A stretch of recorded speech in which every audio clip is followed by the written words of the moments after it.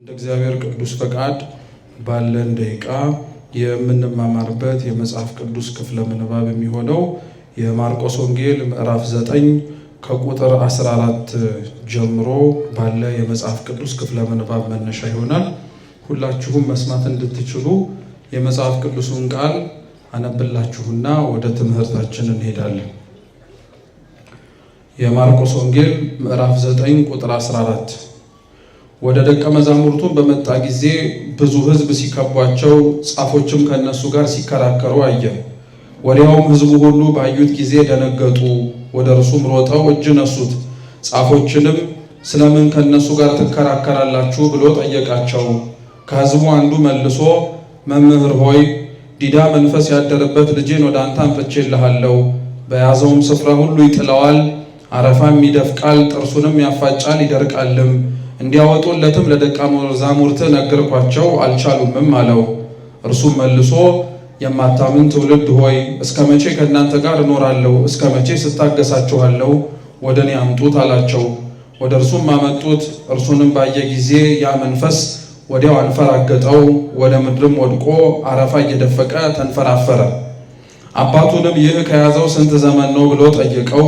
እርሱም ከሕፃንነቱ ጀምሮ ነው አለው። ብዙ ጊዜም ሊያጠፋው ወደ እሳትም ወደ ውሃም ጣለው። ቢቻልህ ግን እዘንልን እርዳንም አለው። ኢየሱስም ቢቻልህ ትላለህ፣ ለሚያምን ሁሉ ይቻላል አለው። ወዲያውም የብላቴናው አባት ጮሆ አምናለሁ፣ አለማመኔን እርዳው አለ። ኢየሱስም ሕዝቡ እንደገና ሲራወጥ አይቶ ርኩስ መንፈሱን ገሰጸና አንተ ዲዳ ደንቆሮም መንፈስ እኔ አዝሃለሁ፣ ከእርሱ ውጣ፣ እንግዲህም አትግባበት አለው። ጮሆም እጅግም አንፈራግጦት ወጣ። ብዙዎችም ሞተ እስኪሉ ድረስ እንደ ሙት ሆነ። ኢየሱስ ግን እጁን ይዞ አስነሳው፣ ቆመም። ወደ ቤትም ከገባ በኋላ ደቀ መዛሙርቱ እኛ ልናወጣው ያልቻልን ስለምንድን ነው ብለው ብቻውን ጠየቁት። ይህ ወገን በጸሎትና በጾም ካልሆነ በምንም ሊወጣ አይችልም አላቸው ይላል። ስለ ቅዱስ ቃሉ የአምላካችን የልዑል እግዚአብሔር ስም የተመሰገነ ይሁን።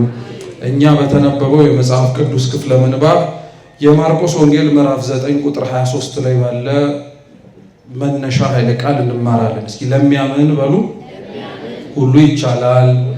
እስኪ ድገሙት፣ ለሚያምን ሁሉ ይቻላል። ሶስተኛ እስኪ በሉት ሁሉ ይቻላል።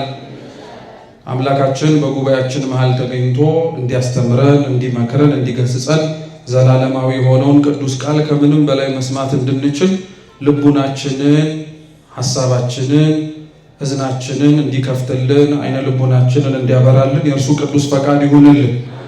ይህ አሁን ያነበብነው የመጽሐፍ ቅዱስ ክፍል የማቴዎስ ወንጌል ምዕራፍ 17 እና የሉቃስ ወንጌል ምዕራፍ 9 ላይ ጌታችን መድኃኒታችን ኢየሱስ ክርስቶስ በምድር ካደረጋቸው ተአምራቶች መካከል ተጽፎ የሚገኝ የመጽሐፍ ቅዱስ ክፍል ነው። አሁን ያለንበት ወቅት ማለትም ከጥር 11 ጀምሮ እስከ ጥር 30 በትንሹ፣ ከጥር 11 ጀምሮ እስከ መጋቢት 3 ደግሞ በትልቁ ዘመነ አስተርእዮ እየተባለ ይጠራል። ይህ ዘመን አምላካችን ልዑል እግዚአብሔር ራሱን የገለጠበት፣ ቀድሞ በነቢያት ቃሉን ስንሰማው የነበረው እሱም ራሱን ደግሞ ሲገልጥ የነበረው ጌታችን ኢየሱስ ክርስቶስ በፍጻሜው ግን የሰማነውን ድምፁን ሳይሆን ስንሰማው የነበረውን የድምፁን ባለቤት አካሉን ለመዳሰስ አብረነው ለመብላት አብረነው ለመጠጣት ከዛም አልፎ ደግሞ ቅዱስ ሥጋውን ክቡር ደሙን ለመመገብም ጭምር የታደልንበትን ይህንን ዘመን ቤተክርስቲያናችን ዘመነ አስተርእዮ ትለዋለች። እግዚአብሔር ለኛ የተገለጠበት ማለት ነው። እግዚአብሔር በየዘመናቱ ራሱን፣ ማንነቱን፣ ባህሪውን ማንም መርምሮትና ማንም ደግሞ መርምሮም ሊደርሰው የሚችል ባይኖርም የሰው ልጅ ሕሊና ሊረዳውና የሰው ልጅ ሕሊና ሊቀርበው በሚችል መልኩ ግን ራሱን ይገልጣል። ለዛ ነው አስቀድሞ በነበሩት ሰውን ከመሆኑ በፊት ባሉት ዘመናት ሁሉ እግዚአብሔር አምላክ በአንድም ይሁን በሌላ መንገድ ራሱን ሲገልጥ ነበር። ለአብርሃም እንደሚስተናገድ እንግዳ ሆኖ፣ ለያዕቆብ በሌሊት እየታገለው እንደነበረ ጎልማሳ ሆኖ፣ ለነ ኢሳይያስ በረጅም ዙፋን ላይ ተቀምጦ፣ ለነ ሕዝቅኤል በሚንቀሳቀስ መንኩራኩር በኪሩቤል ላይ ሆኖ እግዚአብሔር ይታያል። የተገለጠው መገለጥ ይለያይ እንጂ የተገለጠው አንዱ እግዚአብሔር ነው። መገለጡ እንዲለያይ ያደረገበት ምክንያት አንድም በመገለጡ ውስጥ የሚያስተላልፈው መልእክት ስላለ ነው። በእያንዳንዱ እግዚአብሔር ራሱን እንዲህ ነኝ ብሎ ባሳየበት እኔ እኮ እንዲህ ነኝ ብሎ በተናገረበት ሁሉ ቤተክርስቲያን ከንግግሩ እግዚአብሔር ከተናገረው ነገር ውጪ በዛ ሁኔታ ውስጥ ደግሞ ሊያስተላልፈው የፈለገው መልእክት ከንግግሩ ባለፈም እንዳለም ጭምር ስለምታውቅ እያንዳንዱን መገለጦች እንደ ቀላል ነገር አታያቸው። ለኛ ለምሳሌ የአብርሃም ድንኳን እግዚአብሔር አምላክ እንደተገለጠበት እሱንም ጭምር ሶስትነቱን ያሳየበት እንደሆነ እናውቃለን። በንግግራቸው ውስጥም አንድነታቸውን ሶስትነታቸውን እንመለከታለን። ነገር ግን ቤተክርስቲያን ከዛም ታልፍና በእያንዳንዱ ከንግግራቸው ባለፈ ክርስቶስ ሲያደርገው በነበረው ድርጊት ውስጥም ጭምር ታስተምርበታለች። ለምሳሌ የምታውቁ ከሆነ ኦሪት ዘፍጥረት ምዕራፍ 18 ላይ ያለው የአብርሃም ሶስቱን እንግዶች ወይንም ደግሞ ቅድስት ሥላሴን ያስተናገደበት የመጽሐፍ ቅዱስ ታሪክ ላይ ሶስቱ ሽማግሌዎች ወይንም ደግሞ አረጋውያን የአብርሃም ድንኳን ውስጥ አልገቡም ነበር። ከአብርሃም ድንኳን ውጪ ሆነው ነበር ሲስተናገዱ የነበረው። ለዛ ነው ቅዱሳት ስዕላቶቻችን ራሱ በጥንቱ ሲሳሉ ከድንኳኑ ውጪ ሆነው ነው ሲስተናገዱ የሚታዩ እና ያለ ምክንያት አይደለም። እግዚአብሔር ራሱን ለአብርሃም እንደ እንግዳ ሆኖ ቢገለጥለትም ቤቱ ድንኳን ውስጥ ግን ያልገባበት ምክንያት ነበር እና ከሊቃውንት መካከል አንዱ ሲያስረዳ ምን ይላል?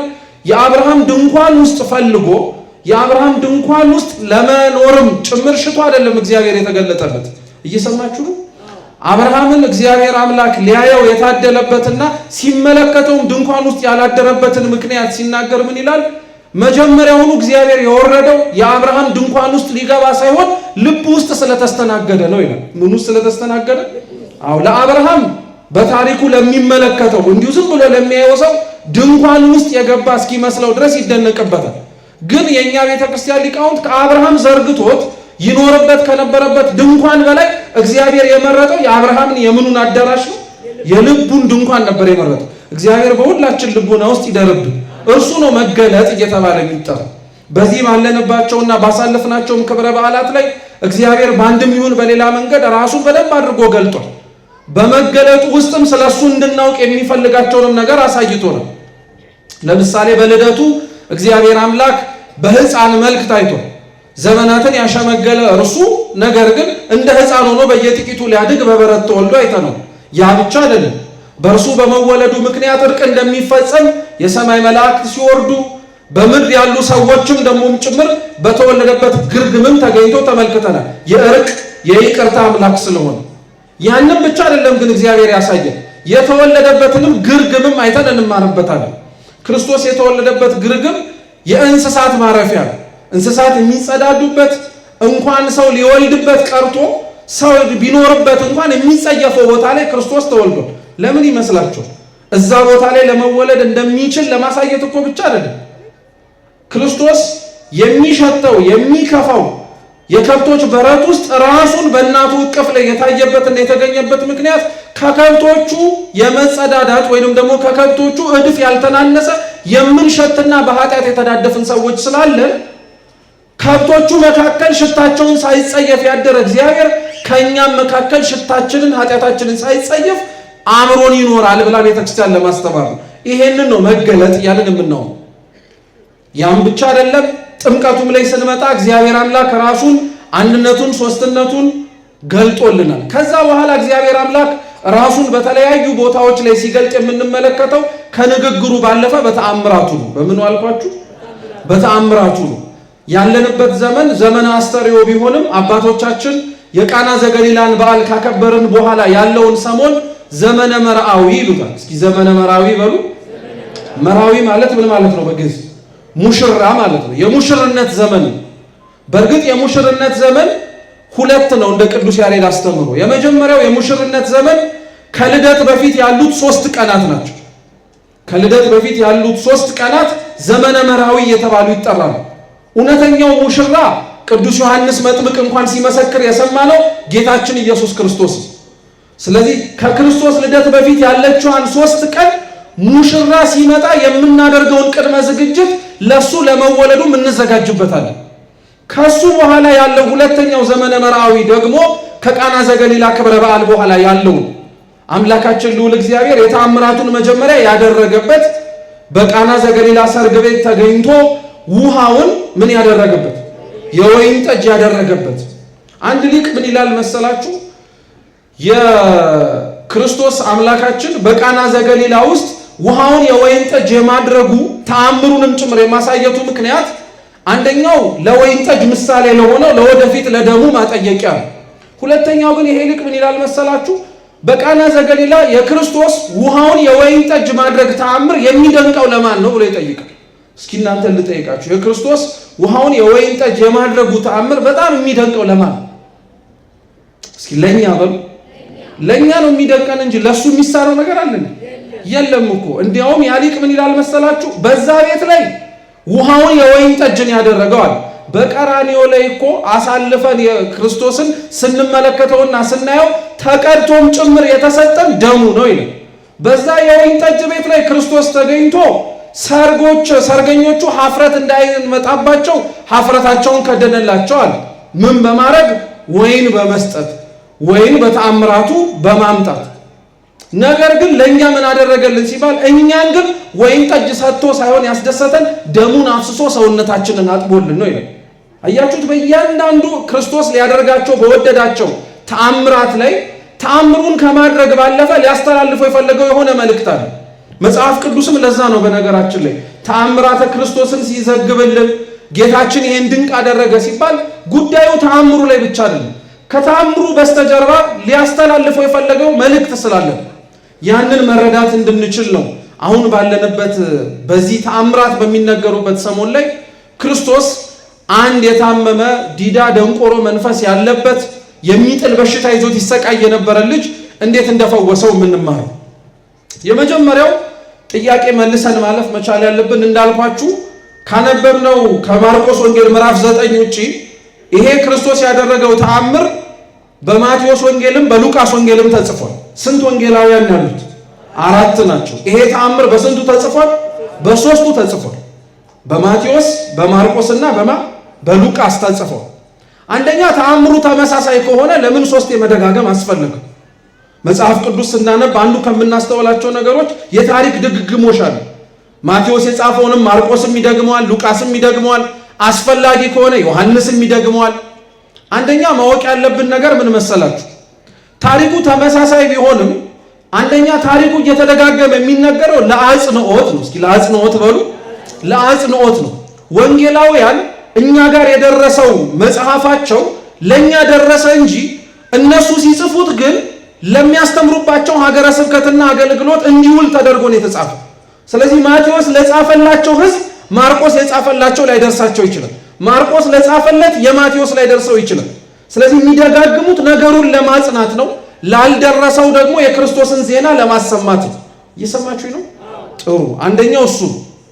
ሁለተኛው ታሪኩ የሚደጋገመው ደግሞ ለምንድን ነው ተብሎ ሲጠየቅ ከትኩረት አንጻር ነው። ከትኩረት በሉ እንጂ ከትኩረት አንጻር ነው።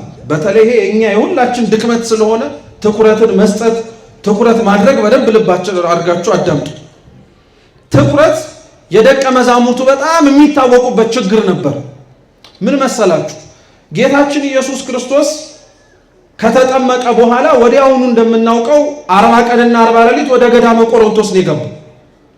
ከዛ ከጾምና ከጸሎት በኋላ ጌታችን መጀመሪያ ያደረገው ነገር ደቀ መዛሙርቱን መምረጥ ነው። ከአስቆሮቱ አሳልፎ ከሸጠው ከይሁዳ ውጪ ያሉት 11 ደቀ መዛሙርት የክርስቶስ የገሊላ ሀገር ሰዎች ናቸው።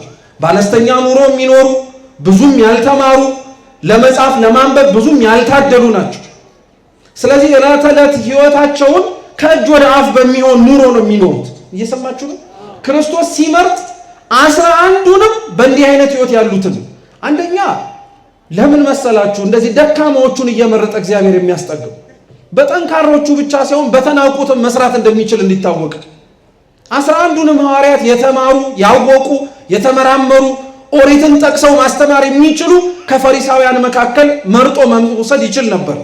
ግን እግዚአብሔር አምላክ ሲመርጥ ዕውቀትን ሲመርጥ ያለንን ነገር ብቻ ሳይሆን የሚመለከተው ሲመርጥ የሚያየው ወደፊት መሆን የምንችልበትንም ጭምር። እየሰማችሁ ነው? የአብዛኞቹ የሐዋርያት ታሪክን ተመልከቷቸው። ክርስቶስ እየሄደ ሲጠራቸው ለምን ጠራቸው የሚያስብል አይነት ህይወት ነበራቸው።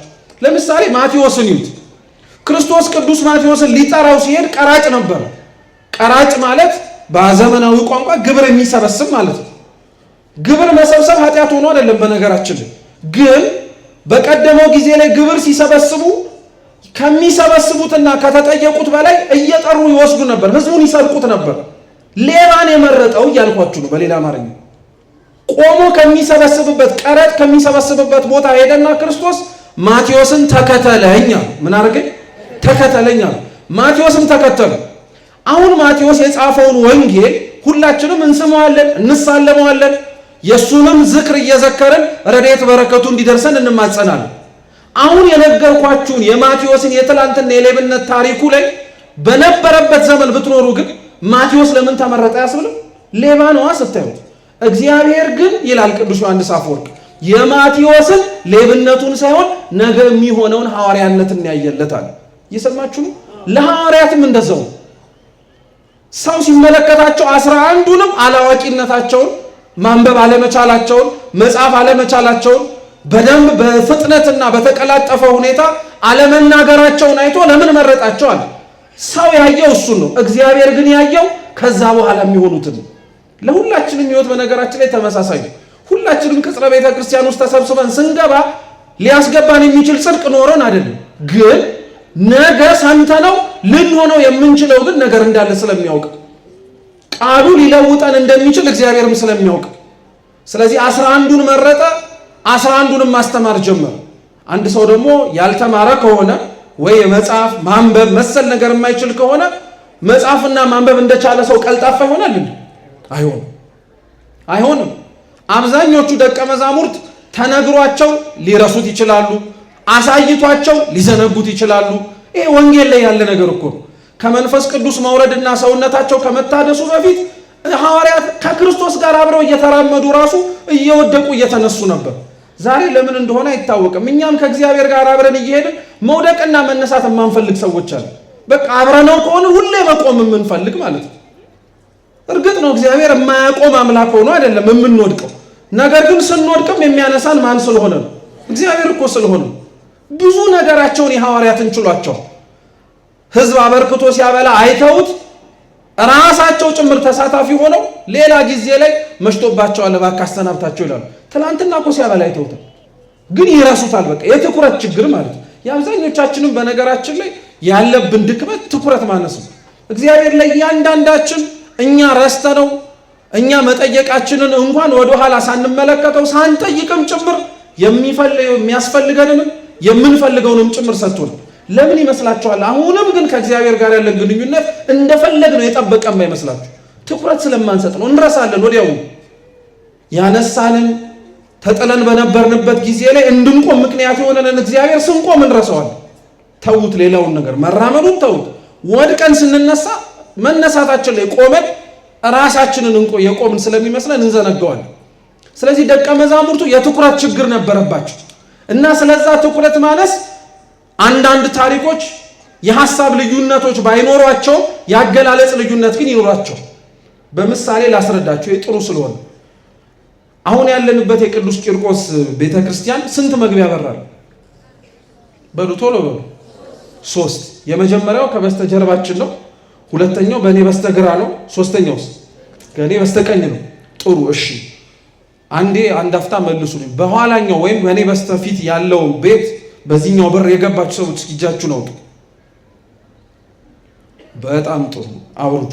በእኔ በስተቀኝ በኩል ያላችሁ ሰዎች የገባችሁ እጃችሁ ነው። በጣም ጥሩ። በስተግራ በኩል ባለው በር የገባችሁ ሰዎች እጃችሁ ነው። በጣም ጥሩ። አሁን ይመስለኝ በዛ ያላችሁት በዚህኛው በር የገባችሁት ናችሁ አይደል? ጥሩ። በዚህኛው በር ስትገቡ ምን እያያችሁ ነው ወደ ቤተ ክርስቲያን የገባችሁት? ቤተ መቅደስ። አይ እዚህ እኮ አይደለም ያልኳችሁ። ከቤታችሁ ወደዚህ ስትመጡ ምን እያያችሁ ነው የመጣችሁት? አውደ ምሕረት።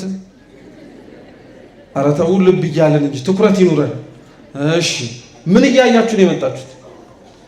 እሺ ጊዜ ላለመፍጀት ልንገራችሁ። አሁን ለምሳሌ እዚህ ጋር 3 ሰው አስቆመን ምን እያየህን የመጣኸው ብንለው በዚህ በተመሳሳይ በር እኮ ነው የገባው።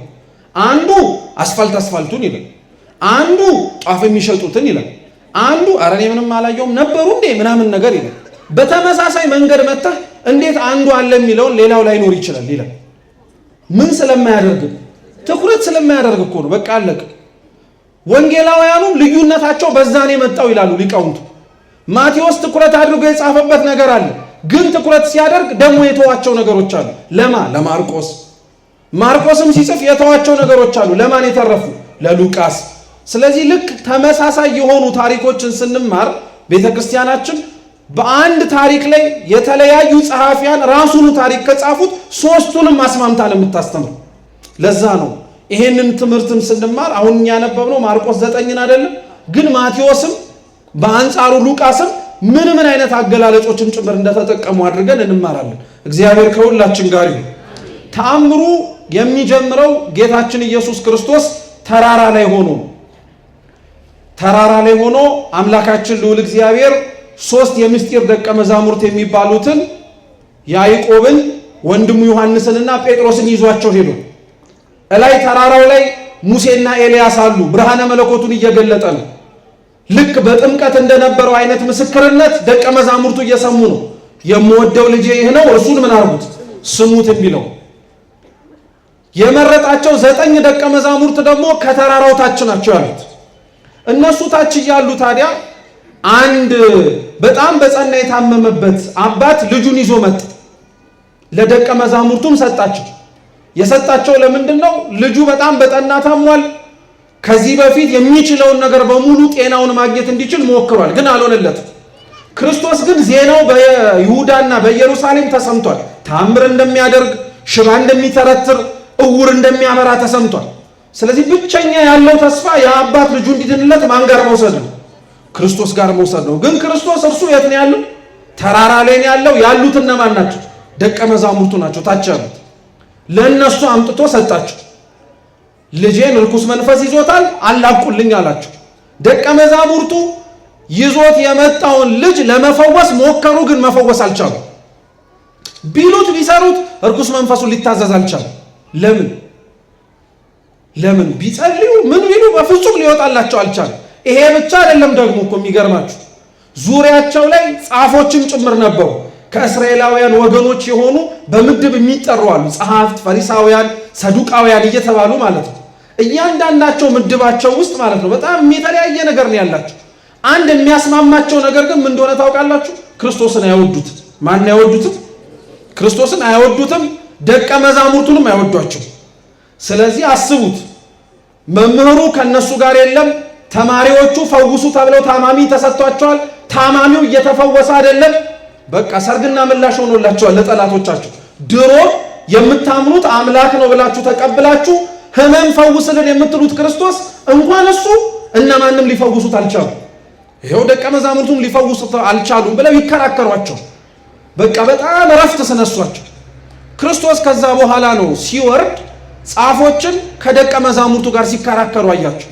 ምን አላቸው? ለምን ትከራከራቸዋላችሁ አላቸው። ጻፎችን ለምን ትከራከራላችሁ አላቸው። ሲጀመር ሰው ብቻውን ይከራከራል?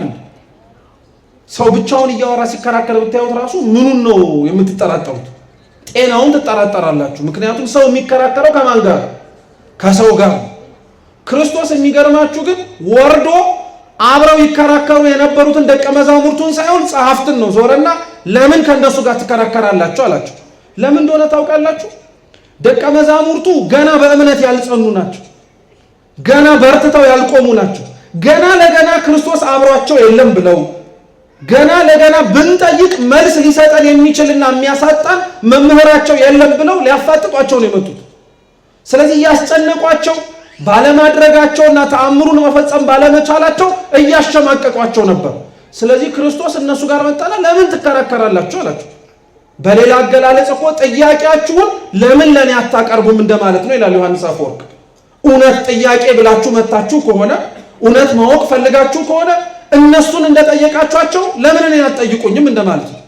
ግን እነሱ ከደቀ መዛሙርቱ ጋር ነው የሚከራከሩት።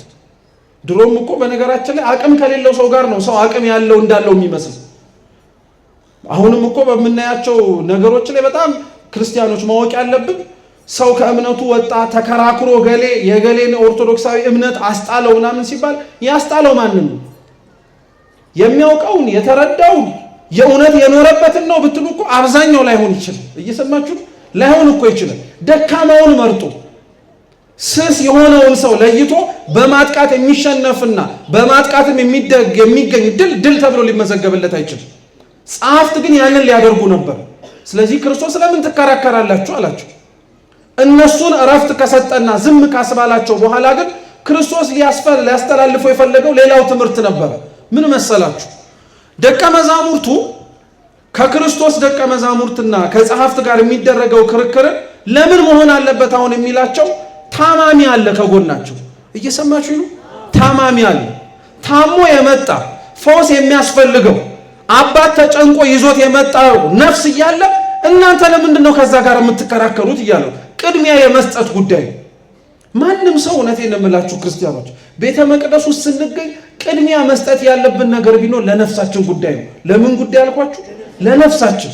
ጸሎቱ፣ ጾሙ፣ ስግደቱ፣ ምጽዋቱ ቤተ መቅደስ ውስጥ ተገኝተን ያለምንም ስጋዊ የሆኑ ንግግሮች በጽሞና የምንቀመጣቸው እያንዳንዱ ነገሮች ነፍስን እኮ ያክማል። የእውነቴን ነው የምላችሁ፣ ነፍስን የሚያክም ስጋንም ጤናን የሚሰጥ እኛን ከእግዚአብሔር ጋር የሚያገናኘን። ግን አብዛኞቻችን ቅድሚያ መስጠት የሚገባንን ነገር ተውትና ውጪ ቤተ መቅደስ ውስጥ እንኳን ከዘነጋ ነው ቆይተናል። ቅድሚያ መስጠት የሚገባ ለቅዳሴው፣ ለቅዱስ ቁርባኑ፣ ለንስሐ ሕይወታችን ቃለ እግዚአብሔር ቁጭ ብለን ለመስማት ለማዳመጣችን በእምነት በጸበሉ እየተደባበስን ለስጋም ለነፍሳችንም ጤና ማግኘታችን ነበር። አብዛኞቻችን ግን ቤተክርስቲያን ውስጥ ስንመጣ አይታችሁ ከሆነ ብዙ ከዚህ የበለጡብን ነገሮች አሉ። ተሰብስበን የምናወራ፣ ተሰብስበን አድማ የምናደርግ፣ በጣም ነው የምናሳዝነው። ቅድሚያ መስጠት ያለብንን ነገር በደንብ ማወቅ አለብን። በህይወታችን ደግሞ ቅድሚያ የምንሰጠው የመጀመሪያው ነገር ቢኖር ክርስቲያኖች እግዚአብሔርን ነው። ማንን አልኳችሁ? እግዚአብሔርን። እግዚአብሔር ከፈጠራቸው ፍጥረታት ሁሉ ቅድሚያ የሚሰጠው ለእናንተ እንደሆነ ታውቃላችሁ። እናንተ ለምንድን ነው ታዲያ ለሱ ካሉት ነገሮች በሙሉ ቅድሚያ የማትሰጡት? እግዚአብሔር እኮ ለዛ ነው ታውቃላችሁ፣ ቅድሚያ ስለሚሰጣችሁ ለእናንተ ሁሉን ነገር የሚተው የፍጹም የልባችሁ ባልንጀራ በፍጹም የልባችሁ ወዳጅ እሱ እንደሆነ የምታውቁት ጌታችን ኢየሱስ ክርስቶስ የጠየቀን እሱ ያደረገልንን ነገር ነው። የማርቆስ ወንጌል ምዕራፍ 10 ላይ ክርስቶስ መስቀልን ተሸክሞ ስለመከተል ሲያስተምር ምንድን ነበር ያለው? መስቀልን ተሸክማችሁ ተከተሉኝ ከኋላዋል በኋላ ባሉን፣ ሚስቱን፣ ልጁን፣ ሀብቱን፣ ንብረቱን እንዳይል ሁሉን ትቶ ማንን ይከተለኛል? እሱ እንደዛ ስለተወልን እኮ ነው እንደዛ ያለን ታውቃላችሁ። አንተ ባልህን፣ ሚስትህን፣ ልጅህን ትቼለታለሁ ብለህ ለእግዚአብሔር መመጻደቅ አትችልም። እሱ እኮ ሰማይ ወጥቶልህ ነው የወረደው። አንተ እኮ ሰው ተውኩለት ለእግዚአብሔር ትላለህ። እሱ እኮ መላእክቱን ትቶልህ እኮ ነው የወረደው። ሀዲጎ ተሳወተሳተ ነገድ እያለን እኮ የምንዘምረው እሱን ነው። 99ኙን ነገደ መላእክት ትቶ ወደ ምድር ወረደ። በባህር መካከልም ተጠምቆ ሊጠመቅ ቆመ እኮ ነው የምንለው። እግዚአብሔር የተወልህን እንኳን ስታስብ አንተ መተው ይከብዳል። እግዚአብሔር ያረገልህን ስታውቀው እኮ ለማድረግም ራሱ አታንገራግድ። እሱ ለኛ ሁሌ ቅድሚያ ስለሚሰጥ እኛም ለሱ ቅድሚያ እንድንሰጠው ይፈልጋል።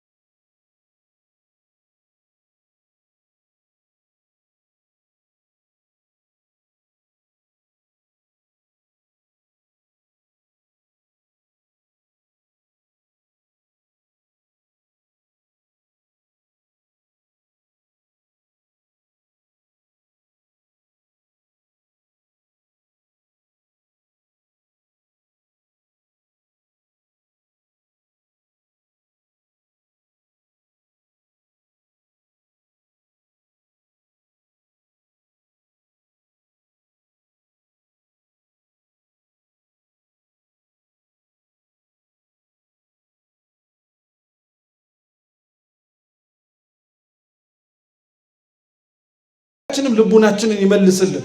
እሱን ስናስተካክል መስተካከል እንጀምራለን። ለዛ ነው የሚጥል በሽታ የተባለው ኃጢአት ነው፣ ነውር ነው፣ ክፋት ነው፣ በደል ነው። እሱን የሚጥል በሽታ ደቀ መዛሙርቱ ሊያወጡት አልቻሉም። ይሄንኑ ታሪክ ጌታችን ኢየሱስ ክርስቶስ የፈጸመውን ተአምር ማለት ነው እርኩስ መንፈሱን አውጥቶ ካሰናበተው በኋላ አባቶቻችን እንዳልኳችሁ የተአምር ጉዳይ ብቻ አይደለም፣ ይሄ እግዚአብሔር ራሱን ለፍጥረቱ እንዴት እንደገለጠም ማስተማሪያ ነው ይላሉ። ክርስቶስ ይሄ ሁሉ ነገር ሲፈጸም መጀመሪያ የት ነበረ ብያቸዋል? እስኪ መልሷ። ተራራ ላይ። አባቶቻችን እንዲህ ይላሉ፣ ክርስቶስ የነበረበት ተራራ ሰማይ ነው። ከታች ሆነው ስለ አንድ ነፍስ መዳንና አለመዳን ሲከራከሩ የነበሩት ጸሐፍትና ደቀ መዛሙርቱ የቅዱሳን መላእክትና የአጋንንት ምሳሌ ናቸው። ያ ወድቆ በማይድን በሚጥል በሽታ ሲሰቃይ የነበረው ያ አባቱ ይዞት የመጣው ነፍስ አዳም እኮ ነው። ለደቀ መዛሙርቱ ነፍሱ መጣለት፣ ፈውሰው አሉት። ማን ሊፈውሰው ቻለ? ደቀ መዛሙርቱ ምን ሊያደርጉ አልቻሉ? እርኩስ መንፈሱን ሊያወጡ አልቻሉም። ለአዳምም ፈውሱን ሊሰጠው የሚችለው ማን ብቻ ነው? እግዚአብሔር ብቻ ነው። እሱ ካልወረደ፣ ካልተወለደ፣ እሱ ካልተጠመቀ፣ እሱ ካልጾመለት፣ እሱ ማድረግ የሚጠበቅበትን አድርጎ መሆን የሚጠበቅበትን እንዲሆን ካላሳየው በቀር ማንም ሊፈውሰው አልቻለም። ክርስቶስስ ምንድን ያለው? ወርዶ ጻፎችን ለምን ትከራከራላችሁ አላቸው። እውነት እኮ ነው። ቅዱሳን መላእክት የሰው ልጅ ድህነቱ እንዲፈጸም ይለምኑ ነበር፣ ይማጸኑ ነበር። በአንጻኑ ደግሞ ርኩሳት መናፍስት ደግሞ የምን መማጸን መለመን ነው ብለው የሰው ልጅን በኃጢአት ላይ ኃጢአት፣ በበደል ላይ በደል፣ በክፋት ላይ ክፋት እያደረጉበት ተስፋ ያስቆርጡ ነበር። ስለዚህ ክርስቶስ ወደ ርኩሳት መናፍስት ወደ ተባሉ ወደ ጸሐፍት ዞረና ለምን ትከራከራላችሁ? ለምን ተስፋ ታስቆርጧቸዋላችሁ? ለምን የማይድን በሽታ እንደሆነ ያክል ተሰምቷቸው ሁሉንም ነገር እንዲተውት ታደርጋላችሁ አለ። ያንንም ነፍስ ጠየቅ አይደል አባቱ። ለምንድን ያመመው? መቼን ያመመው አለ። ከህፃንነቱ ጀምሮ ነው አለ። አዳም እኮ መታመም የጀመረው ከልጅነቱ ጀምሮ ነው። ሲፈጠር እውነት ነው የ30 ዓመት ጎልማሳ ነበረ። እንደተወለደ ልጅ ግን ብታስቡት ገና እኮ ልጅ ነው። ገነት ውስጥ የቆየው 7 ዓመት ነው። የ7 ዓመት ጨቅላ ነው ማለት ነው ለመኖር እንኳን። ልጅነትን ሳያጣጥመው ነው 5500 ዘመን ሲኦሉት ሲቃጠልና ሲገለገል የነበረው። ያንን ሊያድንለት ሊፈውስለት ከህፃንነቱ ጀምሮ በሚጥል በሽታ ሲያሰቃየው የነበረውን ርኩስ መንፈስ ሊያወጣለት የሚችለው ማን ብቻ ነው? ክርስቶስ እግዚአብሔር ብቻ ነው። እንዴት እንዳወጣለትስ እስኪ ልብ ብላችሁ ተመልከቱት። ጌታችን ኢየሱስ ክርስቶስ ቀረበና ወደዛ ወደ ታመመው ሰው አንተ ዲዳና ደንቆሮ የሆንክ መንፈስ ከሱ ውጣ አለ። እስኪ አብራችሁ በሉ፣ አንተ ዲዳና ደንቆሮ የሆንክ መንፈስ ከእርሱ ውጣ፣ መልሰህም እንዳትገባበት። በጣም ጥሩ። አሁን ልጠይቃችሁ፣ ዲዳ ደንቆሮ የሆነ ሰው ይሰማል አይሰማም? እንዴ ይሰማል? ዲዳ ደንቆሮ ነው የሆነ ሰው ይሰማል አይሰማም? አይሰማም። ይሄ ምንም ጥርጥር የለው። ታዲያ እንዴት ነው ክርስቶስ ሄዶ አንተ ዲዳና ደንቆሮ ሲሉ የሰማው? እማይሰማ ነው እኮ አላችሁ። እንዴት ነው እሱ ሲናገር የሰማው ታዲያ? ቀላል እኮ ነው መልሱ። እስኪ ለእግዚአብሔር በሉ፣ ጨርሱት። የሚሳረው ነገር የለም። እርኩስ መንፈስ ማውጣት የቻለ አምላክ የተደፈነ ጆሮ መክፈት ይችላል አይችልም? ምን ችግር አለው? እንኳን ክርስቶስ እንኳን እኮ ቀርቶ ማለት ነው የተዘጋና ዲዳ የሆነውን የአባቱን አንደበት እኮ ዮሐንስ መጥምቅ ፈቶለታል። ዮሐንስ ብሎ ሲጽፍ እኮ ነው አፉ የተፈተው። እና ዮሐንስ መጥምቅ የአባቱን ጆሮ አንደበት መፍታት ከቻለ የፈጠረውን ሁሉ ማስተዳደር የሚችለውና ያስገኘው እግዚአብሔር ይህን ማድረግ ሊያቅተው ነው እንዴ? አያቅተውም። ጉዳዩ ግን ምን መሰላችሁ? ያመመው በሚጥል በሽታ ነው። ክርስቶስ ግን ፈውሱን የጀመረው በምኑ ነው? በልሱ እንጂ በጆሮ ነው። ጆሮ ካልተከፈተ ምኑ ሊወጣለት አይችልም። በጣም ጥሩ። እግዚአብሔር እኛን ማዳን ሲጀምር ከምንድን እንደጀመረ ታውቃላችሁ? ከጆሮ እኮ ነው። የእመቤታችን ጆሮ ሲከፈት እኮ ነው የእኛም ጆሮ አብሮ የተከፈተው። የእሷ ጆሮ ሲከፈት እኮ ነው ሁሉም ተአምር የመጣው። ከዚህ ጆሮአችን በደንብ አድርገን መክፈት አለብን ክርስቲያኖች። አሁን ብዙ ችግር ነው ያለብን እኮ። የመጣንበት ሁላችንም የተለየ ዓላማ አለ። እንዲህ ብታረግልን፣ እንዲህ ብትሆንልን፣ ቅዱስ ቂርቆስ ይችን ብትሞላ፣ ያችን ብታረግ፣ ይሄን ብታሻገር እንላለን። መጀመሪያ ግን ያለው ችግር እንዲፈታ አንተ ምንህን መክፈት አለብን? ጆሮህን መክፈት አለብን። አንተ ዲዳ ደንቆር የሆንክ መንፈስ ካለ በኋላ ጆሮ ሲከፈት ውስጥ ይጥለው የነበረው ምን አደረገለት? ወጣለት። ጥሩ። እቺን ብቻ የመጨረሻ አንድ ሐሳብ እናንሳና ትምህርታችንን እንጨርስ። እንደነገርኳችሁ ቅድም ይሄንን በሽታ ደቀ መዛሙርቱ ምን ሊያደርጉት አልቻሉም ነበር፣ ሊያወጡት አልቻሉም ነበር። አሁን ስንማር እንደተረዳችሁት ከሆነ ጉዳዩ የበሽታ ብቻ ሳይሆን ምሳሌነቱ ኃጢአት ስለሆነ አዳም የሰራው በደል ስለሆነ የአዳምን በደል ሊያነጻለት የሚችለው ማን ብቻ ነው? እግዚአብሔር ብቻ ነው። ለዛ ምሳሌ እንዲሆን ነው እነሱ ማውጣት ሳይችሉ ማን ብቻ ያወጣው? እግዚአብሔር ያወጣው እንጂ የማቴዎስ ወንጌል ምዕራፍ 10 ላይ የሚገርማችሁ የሐዋርያትን ስም ዝርዝር ቅዱስ ማቴዎስ ሲጽፍ መጀመሪያ ከስም ዝርዝሩ በፊት ምን ይላል መሰላችሁ? እግዚአብሔርም ለመረጣቸው ለነዚህ ህሙማንን ይፈውሱ ዘንድ እርኩሳት መናፍስትንም ማውጣት ይችሉ ዘንድ ስልጣንን ሰጣቸው ይላል። ምን ሰጣቸው? ስልጣንን ሰጣቸው። ስለዚህ ስልጣን አላቸው፣ ማውጣት ይችላሉ። ግን ለነሱ ምን ሊያደርግ አልቻለም? ሊወጣ አልቻለም። እግዚአብሔር ማድረግ ብቻ የሚችለው ደቀ መዛሙርቱ ደግሞ ምን ያላደረጉታል? ኧረ መልሱ። ደቀ መዛሙርቱ ያላደረጉት ማን ያደረገዋል? በአንጻሩስ እግዚአብሔር ያላደረገው ደቀ መዛሙርቱ ያደረጉት ነገሮች የሉም እንዴ? አሉ እኮ። የቅዱስ ዮሐንስ ወንጌል ምዕራፍ 12 ላይ ክርስቶስ ነግሮናል እኮ። ማንም በስሜ የሚያምን ቢኖር አለ ክርስቶስ እኔ ያደረኩትን ብቻ ሳይሆን ከኔ የሚበልጠውንም ምን ያደርጋል? ያደርጋል አለ።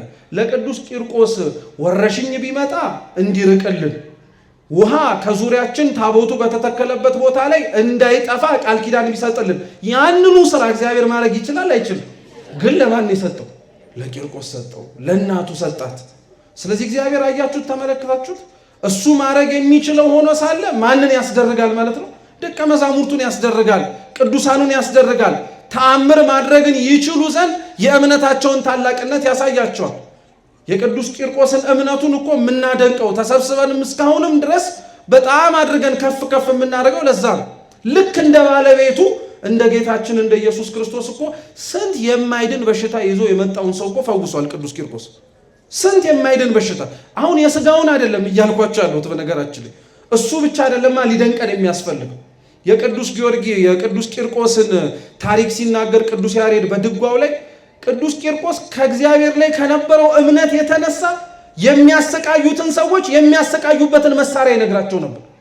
እንዲህ አድርጋችሁ ስሩትና ይሄን መሳሪያ እኔን ለማሰቃየት ተጠቀሙት ይላል። ይሄ ከንቱ ትዕቢት አይደለም፣ ከንቱ ትምክህትም አይደለም፣ ከንቱ መደፋፈርም አይደለም። በማን ላይ ያለው እምነት የጸና ስለሆነ ነው።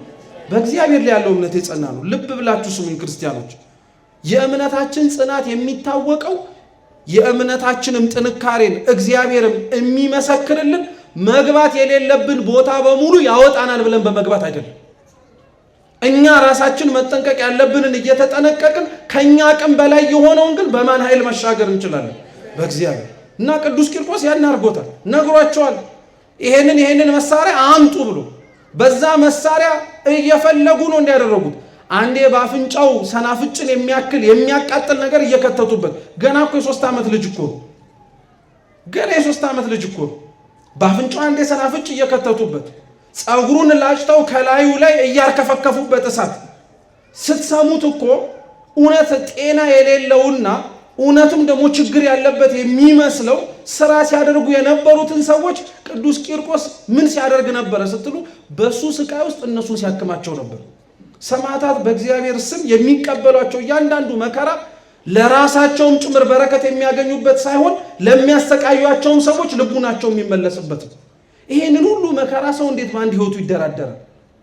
ይሄንን ሁሉ ስቃይ ሰው እንዴት አንዴ ለሚኖረው በዚህች ምድር ላይ ይሁንብኝ ብሎ ይቀበላል? ከሞት በኋላ ህይወት እንዳለ የሚያምን ካልሆነ በቀር። ሰማዕታትን የምናደንቃቸው የምናከብራቸው እውነትም እግዚአብሔር እንዳለው ለሚያምን ስንቱ ይቻላል ነው ያለው። ሁሉ ይቻላል እኮ ያለው ለዚህ እኮ ነው። ለሚያምን ሁሉ ይቻላል። ለሚያምን እርኩስ መንፈስ ማስወጣት በጣም ቀላል ነገር ነው። ከዛ የበለጠ ለእግዚአብሔር ብሎ የሚሞትም እኮ አለ። ከዛ የበለጠ ለእግዚአብሔር ብሎ ዋጋ የሚከፍልም ጭምር እኮ አለ። ክርስቲያኖች እውነቴን ነው የምላችሁ፣ ሁላችንም በህይወታችን እንዲህ አይነቱን የምስክርነት ህይወት እንዲኖረን እግዚአብሔር ይፈልገናል። ለእውነት መኖር ያስፈልገናል። የምንችለውን የእግዚአብሔርን ህግ ማክበር መቻል አለብን። በቻልነውም ደግሞም ጭምር ማደግ መቻል አለብን። እስከ መቼ ድረስ እውነቴን ነው የምነግራችሁ የቅዱስ ቂርቆስ ልጆች መሆናችንን ቦታው ላይ ስለተወለድንና እዚህ አካባቢ ስለምንኖር ብቻ እየታወቀ መቅረት አለበት? የለም እንጂ በፍጹም ክርስቲያን መሆናችንን ነጠላ ካላጣፋን አንገታችን ላይ ማተብ ካላሰርን በቀር ሰው እንዴት ይለየን? ከሚሰራው ኃጢአት ጋር አብረን እየሰራን እየታየን ነው። በተቀደስንበት ምሽት ላይ እንረክሳለን። በረከት በሸመትንበት ዕለት ላይ መልሰን ኃጢአትን ደግሞ ሸምተን እንገባለን። ታዲያ እውነትም እኛን አይቶ ሰው እንዴት ይወቅ? እውነትም እኮ ቅዱስ ቂርቆስ ራሱን እኔ ክርስቲያን ነኝ ብሎ ሲናገር እኮ ስሙን እኮ ብቻ ብሎ አይደለም እየተናገረ ያለው፣ ግብሬንም አይተህ ማወቅ ትችላለህ እኮ እያለን ያለው። ማን እኛን ስራችንን አይቶ ያውቀናል? እውነት አያርግብን እንጂ ቀድሞ እንደነበሩት ዘመናት የአንገት ማህተብ ባይፈቀድልን ኖሮ ያረግነውን ነጠላ አውልቃችሁ ተራመዱ ቢባል ኖሮ ማን አይቶ እኛን ያውቀናል? ሁላችንም እኮ እርስ በርስ ያለን ክፋት፣ ጥላቻ፣ ቀናኢነት ማነስ፣ ለሰዎች ያለን አመለካከት ደካማነት በጣም ነው የሚያሳዝን። በዚህ አይነት ደዌ በዚህ አይነት ችግር ውስጥ እየተሰቃየን እውነቴን ነው የምላችሁ። ታዲያ እኛ ራሳችንን ደፍረን እኔም ክርስቲያን ነኝ ብለት ማለት እንችል ይሆን? እኛማ ቅዱስ ዮሐንስ እንዳለው ነው በራእይ መጽሐፉ ምዕራፍ 3 ላይ ሕያው ስም አለህ አንተ ግን ምን ያረክነ የሞትክነ። የሚሰራ ስም እኮ ነው ያለን እኛ ታውቃላችሁ። ድንቅ ማድረግ የሚችል ስም ነው ያለን እግዚአብሔር የሰጠን። ምንም ነገር ላይኖረን ይችላል። ምንም ነገር እልም ያልን ድሃ ልንሆን እንችላለን። ሰው የሚኖረውን ላንኖር እንችላለን። ሰው የሚበላውን ላንበላ፣ የሚጠጣውን ላንጠጣ፣ የሚጫማውን የሚለብሰውን የሚሽከረከርበትን ሁሉም ላይኖረን ይችላል። ግን ኢየሱስ ክርስቶስ የሚል ስም ሁላችንም አለ። የሐዋርያት ሥራ ላይ የክርስቶስ የስሙን ታላቅነትማ ማወቅ አለብን። ቅዱስ ጴጥሮስና ቅዱስ ዮሐንስ በሌሊቱ በ9 ሰዓት ክፍለ ጊዜ ላይ ጸሎት ሊጸልዩ መጡ። አንድ የኔ ቢጤ በሩ ላይ ወድቆ ይለምን ነበረ፣ ሽባ ነበረ። እባካችሁ ጌቶቼ በፊታችሁ ሞገስን አግኝቼ ከሆነ መጽውቱኝ፣ እባካችሁ ገንዘብን ስጡኝ አሉ። ደቀ መዛሙርቱ ገንዘብ የላቸውም፣ እንዳይዙ ተነግሯቸዋል። ልብስ የላቸውም፣ ከጀርባቸው ላይ ካለው እራፊ ጨርቅ ውጪ ምንም እንዳታደርጉ ብሏቸዋል። ቅዱስ ጴጥሮስ ምንድን ያለው? እንሰጥ ዘንድ ወርቅም ብርም የለንም፣ ግን አለው በናዝሬቱ በኢየሱስ ክርስቶስ ስም ተነስተ ተመላለሳለሁ። ያ ሽባ ተነስቶ ከነሱ በፊት ቀድሞ ነው ቤተ መቅደስ ውስጥ የገባው። ይሄ ስም እኮ እኛ ጋር አለ፣ የሚያኖረን እስትንፋሳችን እኮ ይሄ ስም እኮ ነው። ክርስቲያን የሚለውን ስምማ ክርስቲያኖች አናቅልለው። ብንችል ወደ ስሙ እንደግ፣ ብንችል ወደ ተቀመጠልን ህይወት ከፍ እንበል እንጂ እኛ በወረድንበት ሁሉ እያወረድነውማ በፍጹም። ይሄን ስም እኮ ክርስቶስ የተጠራበት ስም እኮ ነው። ሰው በተወለደበት ሀገር እንኳን ሲጠራ እኮ ይመካል። ኢትዮጵያዊ ውስጥ ተወልዶ ኢትዮጵያዊ ተብሎ ሰው ደረቱን ነፍቶ ሰንደቅ ዓላማ ሳይ እንባውን የሚያፈስ ከሆነ ክርስቶስ በሚለው ስም ክርስቲያን የተባለው ቤተ ክርስቲያንን ሲያይ ደቀ መዛሙርቱን ሲመለከት አምነውት በእግዚአብሔር ስም ሁሉን የቻሉትን ሲያይማ እንዴት ልቡ ነው ለመንፈሳዊ ነገር አይነቃም? እንዴት ልቡ ነው ለመንፈሳዊ ነገር አይበረታታም? ክርስቶስ የሁላችሁንም ነፍስ ክርስቲያኖች በክቡር ደሙን ያጫት፣ በክቡር ስጋው ነው የሞሸራት የሁላችንንም ነፍስ። ሙሽራው ኢየሱስ ክርስቶስ የእያንዳንዳችን ነፍስ የራሱ ገንዘቡ ነው። እውነቴን ነው የምላችሁ፣ አንቀማው፣ አናሸሸው። የራሳችን ንብረት ይመስል እግዚአብሔር በራሱ ዕቃ መሆን በእኛ እንዲለምን አናድርገው። እውነት ማመናችን የሚታወቀው የዛን ጊዜ ላይ ነው። ስለ እምነታችን ልናጨበጭብ እንችላለን፣ እልል ልንል እንችላለን፣ ዘምረን አምረን ደምቀን ልንታይ እንችላለን። ግን ምን ዋጋ አለው? እንደተለሰነ መቃብር ግን መኖር ካልቻለን የአቅማችንን መሞከር አለብን ክርስቲያኖች። ዘመኑ እውነትም ነገ እየከፋ ይሄዳል። ክፉ ነገር ይመጣብናል። ለስንቱ እንዘጋጅ ሲባል ለክፉ ዘመን ከምትዘጋጁ እስቲ ክርስቲያን ለመሆን ጀምሩ። ለክፉ ዘመን ራሳችሁን ከምትቀልቡ ክርስቲያን ለመሆን እስኪ ተዘጋጅተን መኖር እንጀምር። ክርስቲያን እኮ ለምትኖርባት ዓለም እኮ ነፍስ እንደሆነ ታውቃላችሁ። ይሄ የምንኖርበት ዓለም ስጋ ነው ቢባል ይላሉ ሊቃውንት፣ የሚኖሩ ክርስቲያኖች ነፍስ ናቸው። ነፍስ ከስጋ ከተለየ ምንድን ነው መጨረሻው? መልሱ እንጂ ሞት እኮ ነው፣ በድን እኮ ነው። እኛ በስጋ እንራመድ ይሆናል እንጂ ክርስቲያን ስላልሆንን ለቆምንባትም መሬት ለምንኖርበትም አካባቢ በረከት የምናሳጣ ምክንያቶች መሆን የለብንም። እግዚአብሔር ሁላችንንም ካለንበት በሽታ ሁሉ ይፈውሰን፣ ተአምራቱን በእኛም ላይ ይግለጥልን፣ የሰማነውን በልቦናችን ሰሌዳ ይጻፍልን።